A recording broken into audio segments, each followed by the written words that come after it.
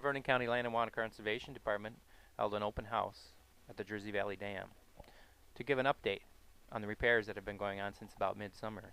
The county is in the middle of a $2.3 million project to repair the structure.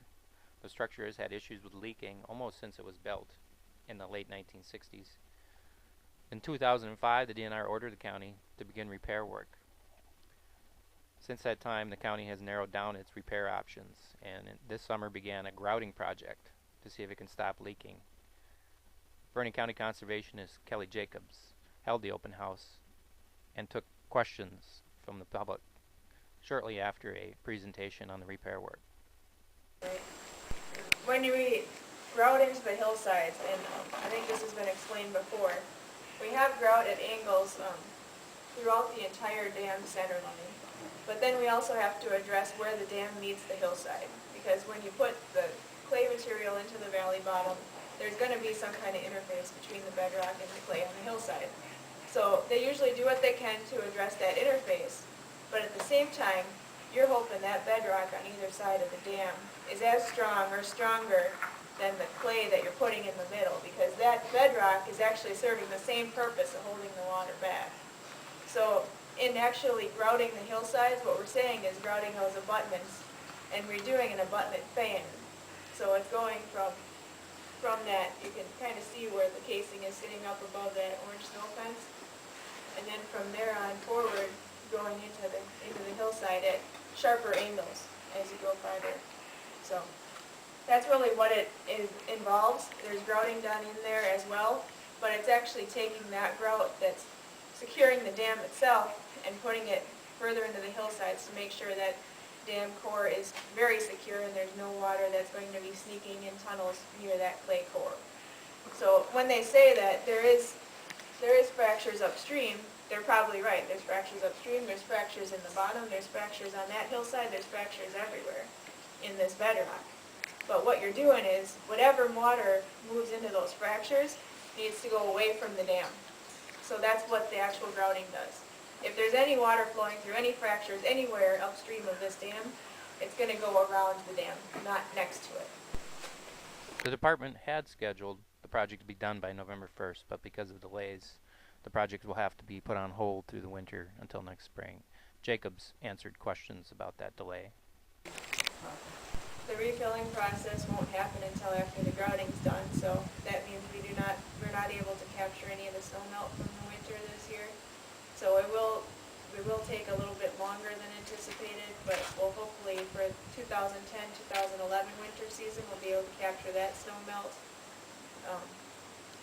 I guess we were just really optimistic in our estimates of how much time this might take, and we are taking a lot of grout in these holes, and it does take a lot of equipment and time, and it doesn't look like it's going to happen before winter.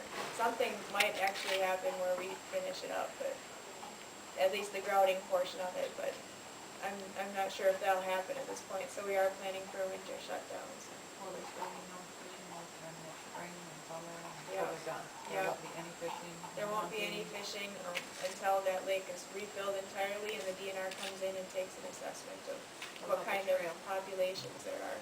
The trails will open up probably when we get the equipment moved out. Most residents agree that the cost associated with the 23 flood control structures in the county is worth it. Some residents, like Roger Widener, who lives downstream of Jersey Valley, question that cost. Thinking about is, when we put this wall in here, we haul all this rock in here, this here is taxpayers' money being spent. We've been spending money here year after year after year after year, and we seem to be losing ground.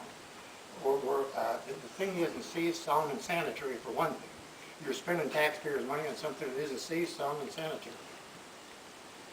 With this manure coming in, it isn't sanitary. The dam isn't safe because DNR said it wasn't safe.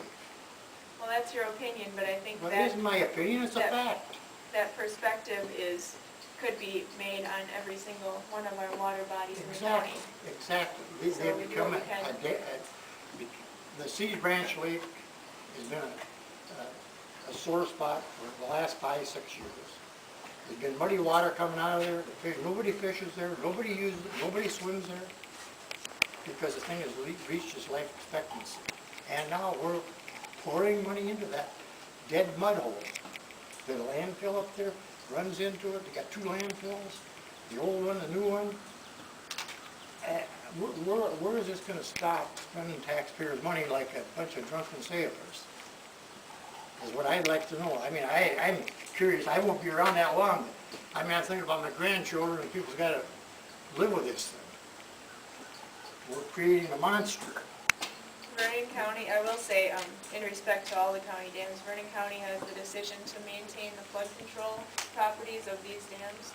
And I think there is a specific benefit to maintaining that. The other option is to take out dams if they're a problem, and in any case, we haven't found any dam that's sufficient enough problem to warrant giving up the benefits of flood control. Well, you know, I disagree with Phil.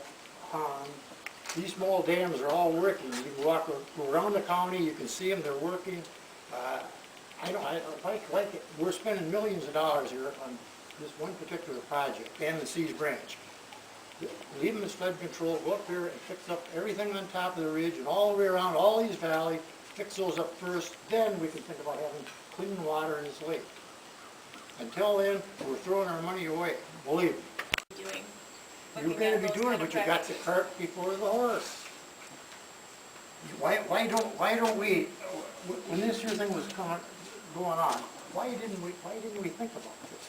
They haven't convinced me that this is going to work. I've been in the construction business for 40-some years. I've worked in every one of these dams. We worked in this wall here. Every year they got, something's wrong with the dams, all the way to here.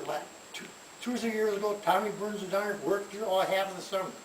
Up here, when this all washed out up here, we put Gabion baskets in up in the head of this dam up here. Up here, there's Grand Canyon coming down.